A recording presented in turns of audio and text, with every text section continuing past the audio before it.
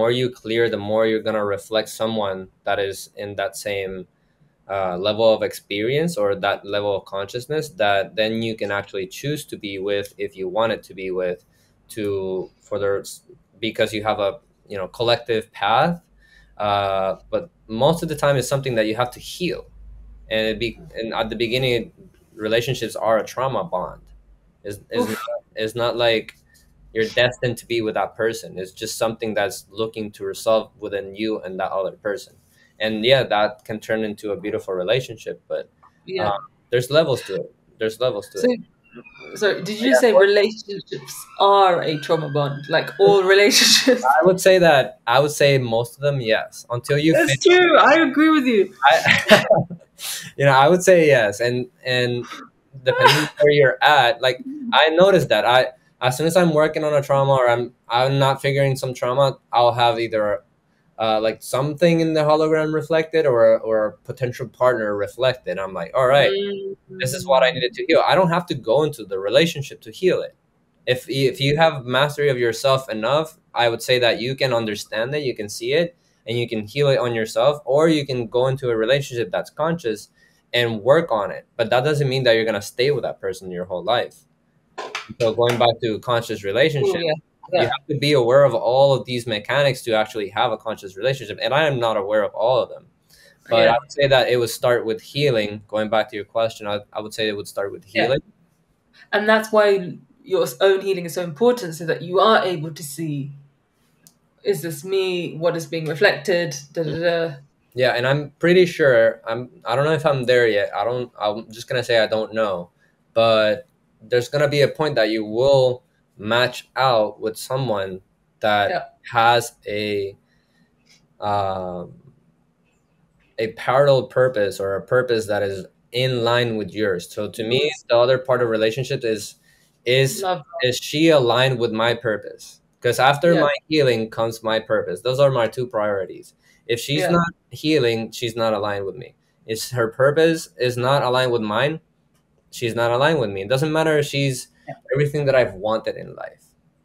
yeah, It really doesn't matter because it just becomes in a way a distraction, in my opinion. yeah, Um, yeah.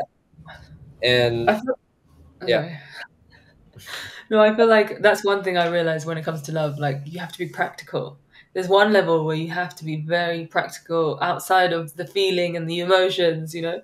Yeah, I have And both sides. I'm pretty passionate. I'm really giving into a yeah, relationship and committed. But as I've gone in and out of relationship, these two things never change.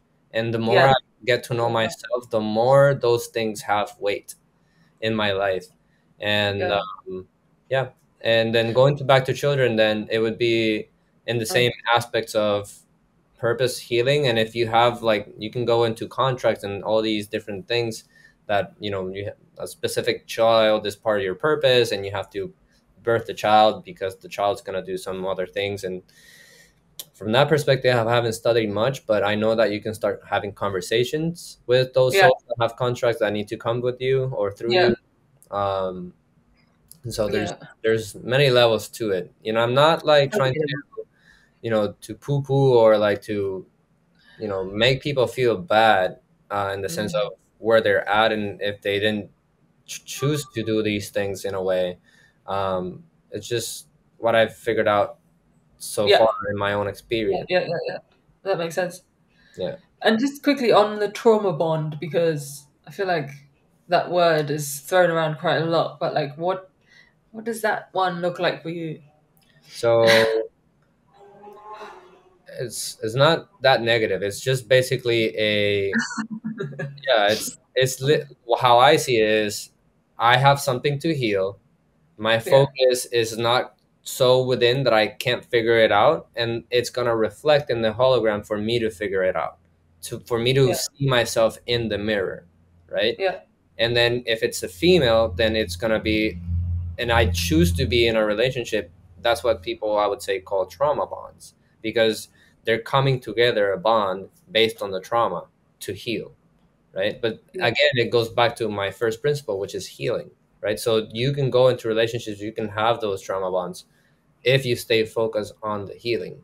Obviously, the lovey-dovey of the relationship and all that, that is fine, but the intention, the real reason why you two are coming together is to heal.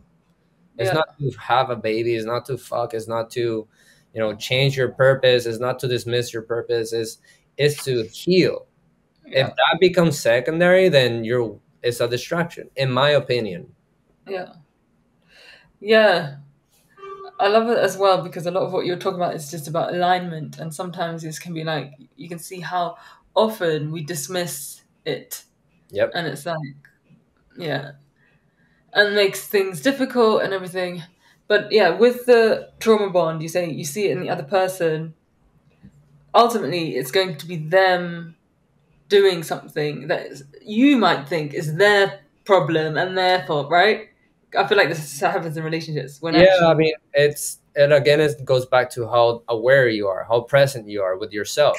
Because yeah, if you're seeing it like that, you're projecting and you're not actually catching up to what it is. And yeah, it could particularly be a pattern that they have, right? It could be a subconscious pattern that they have, and you calling it out is their healing, right? But yes, you have to have all these perspectives layers, yeah, present so that you can actually see exactly see, what it is. And it's not yeah. about thinking. You have to also feel that. You have to sense it. You have to intuitively pick Mm, it up mm, so that you can have all those faculties activated yeah, and actually be, present enough to understand yeah. what's really going on. I love that. And but just back to what you said because I like this thing about externalizing things. You know what I mean? And actually, that inner journey is so important. Hmm. And in relationship, I feel like in some moments it's so easy to externalize. You know, Yeah. it's so wild. But Yeah. obviously, And yeah. it's in Go ahead. relationship you can go deep into healing as well. Like that's why a lot of people go into relationship when they're aware of this. And you could certainly go really deep into trauma, and that creates a deeper bond with that person if you uncover the trauma and you work through it, right? And Yeah. that's why relationships are very important. But again, Yes. it's just a mirror of the inside. So if you don't have the practice of meditating, which I'm not there yet, I still reflect into their hologram and I have to heal through the external mean. I try to balance it out. I try to Yeah. have as much internal focus as external focus. Because Mm. if I'm not being able Yes. to find what is within me, I am aware enough, I'm present enough to see it outside of myself. Right? Yeah. It's like a constant. I like that because yeah, it's like this constant thing. If something's happening, it's constant. Like, okay, what's happening? Why? Yeah. Why is this showing up? You know? Yeah. The key also is like not everything that you see outside of you is a reflection of you. So that's Oh something yeah, that's very important because a lot of people get lost in those loops. yeah, Uh, 100%. but there's things that you can definitely feel that there's an alignment with that's reflecting to you something. Yeah, And at but some also level, like at some level, whenever you like read into like rainbow body and all this stuff, at some level, the deeper aspects of truth is that everything is a reflection of your own internal thing. And that's yeah, when they say that whenever you reach like rainbow body, you actually turn into a light because yeah, you trespass or you like yeah, go beyond the reflection and you disappear basically. yeah, yeah. That's exactly like Celestine prophecy. Yeah. I think you posted that recently.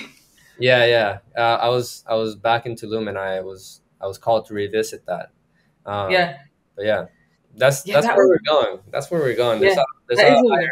yeah. You know, when I read that was like the second book that I read when my awakening began, and it uh, was so funny because there was this girl that used to come into this place I used to work all the time. I bumped into her in the street, and she's like, "How are you doing?" And I just opened up and I like told her everything, and she was like, "Jess, this happened to me." And she started telling me, and then she goes, "What books have you read?" And she goes, "You have to read the Celestine Prophecy." That was like the second one, and I was like, and I just remember reading it, and that part exactly without the like, oh my word, it just was just like, this is gonna happen.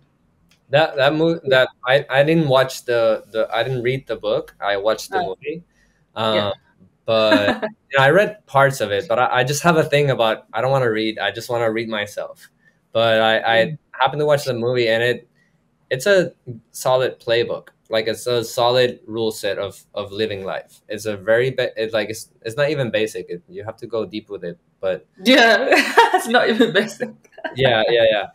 And in the surface, it might seem basic, but it's profound, and it's a really good Yeah, mantra to live life through in a way. I love that. So just quickly, I wanted to say that yeah, I love what you said. Everything's not a reflection of you, like precisely, because I 100%. I feel like people can get lost there. But at the same time, if you're constantly looking internally, I just think that you will see what is and what isn't. It will be clear, you know.